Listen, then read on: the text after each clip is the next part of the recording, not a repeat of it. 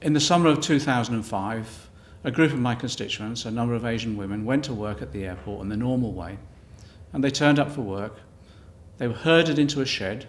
At the side of the shed were buckets because there were no toilet facilities. A manager came out with a megaphone and announced that they were sacked. They'd done nothing wrong. The company was viable. They'd worked hard, and they expected just to go to work as all the rest of us and earn a decent wage. What then happened, because of their barbaric treatment, other workers from across the airport came out on strike in support of them, basically saying to employers that you can't treat people like this in the 21st century. What then happened, in retaliation, their union, the Transport and General Workers Union, was threatened with anything up to fines of £42 million, which would have broken the union. That's the state of industrial relations in our country, the state of trade union rights in our country.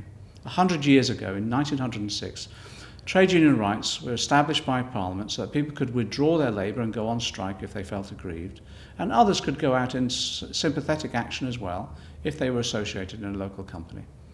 We no longer have those rights. In fact, we have less trade union rights in this country than in the rest of Europe. We've even been outlawed by the World Labour Organization, told we're not complying with basic law. So what I've done is I've introduced a trade union freedom bill, which establishes basic trade union rights in this country in the same way that other workers have in the rest of Europe.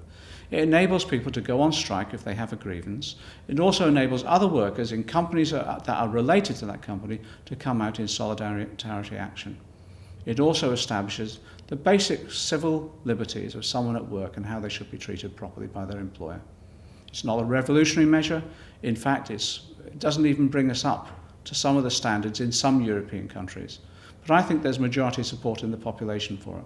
It's Trade Union Congress policy, and it's also Labour Party conference policy.